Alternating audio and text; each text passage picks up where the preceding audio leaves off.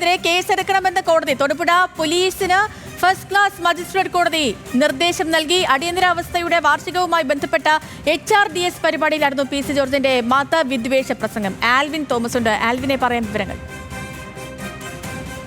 തൊടുപുഴയിൽ നടന്ന അടിയന്തരാവസ്ഥയിലെ വാർഷികവുമായി ബന്ധപ്പെട്ട് നടന്ന പരിപാടിയിലായിരുന്നു HRDS എന്ന സംഘപരിവാർ അനുകൂല ഒരു NGOയുടെ പരിപാടിയിലായിരുന്നു PC ജോർജിന്റെ ഒരു മതവിദ്വേഷ പ്രസംഗം ഉണ്ടായത്. ഇതേ തുടർന്ന് ഈ പ്രസംഗത്തിനെതിരെ യൂത്ത് കോൺഗ്രസിന്റെ ഒരു നേതാവ് അനീഷ് കാട്ടാക്കട എന്നയാൾ ഒരു ഹർജി നൽകിയിരുന്നു. അതോടൊപ്പം തന്നെ പോലീസിലും പരാതി നൽകിയിരുന്നു. ആ പരാതിയുടെ അടിസ്ഥാനത്തിൽ കോടതി നേരത്തെ തന്നെ പോലീസിനോട് ഉത്തരവിട്ടിരുന്നു. ഈ വിഷയത്തിൽ ഈ പ്രസംഗത്തിൽ കേസെടുക്കേണ്ടതുണ്ട് എങ്കിൽ കേസെടുക്കണമെന്നുള്ളൊരു നിർദ്ദേശമാണ് നൽകിയിരുന്നത്.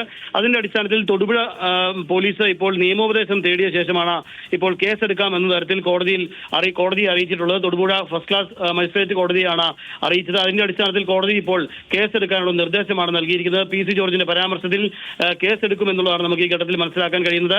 ചില മതവിദ്വേഷ പ്രസംഗമാണ് അദ്ദേഹം അവിടെ ആ വേദിയിൽ നടത്തിയത്. മുഖ്യമന്ത്രി പിണറായി വിജയനെ വെല്ലുവിളിക്കുകയും ചെയ്തു. കേസെടുക്കാമെങ്കിൽ കേസെടുത്തോളൂ എന്ന തരത്തിൽ വെല്ലുവിളി നടത്തുകയും അദ്ദേഹം ചെയ്തിരുന്നു. ഈ ഒരു പ്രത്യേക മതവിഭാഗത്തിനെതിരെ നടത്തിയ ഈ വിദ്വേഷ പ്രസംഗത്തിലാണ് പരാതി ഉണ്ടായതും ഇപ്പോൾ തൊടുപുഴ ഫസ്റ്റ് ക്ലാസ് മജിസ്ട്രേറ്റ് കോടതി കേസെടുക്കാൻ ഉത്തരവ് നൽകിയിട്ടുള്ളത്. ഇതിൽ ഏറ്റവും ശ്രദ്ധേയം, ഇപ്പോൾ മുമ്പുള്ള ഒരു കേസിൽ PC ജോർജ് ഇപ്പോൾ ജാമ്യത്തിൽ കഴിയുകയാണ്. അപ്പോൾ സ്വാഭാവികമായും ജാമ്യം കട്ടായി പോകുന്ന ഉൾപ്പെടെയുള്ള സംഭവങ്ങൾ ഉണ്ടാകും. വരുന്ന മണിക്കൂറുകളിൽ എന്താണ് സംഭവിക്കുക എന്നുള്ളത് തൊടുപുഴ പോലീസ് വ്യക്തത തരും എന്നുള്ളതാണ് നമുക്ക് ഈ ഘട്ടത്തിൽ പറയാൻ കഴിയുക. വ്യക്തമാണ്. തൊടുപുഴയിലെ വിദ്വേഷ പ്രസംഗത്തിലാണ് PC ജോർജിനെതിരെ കേസെടുക്കണമെന്ന് കോടതി ഉത്തരവ്.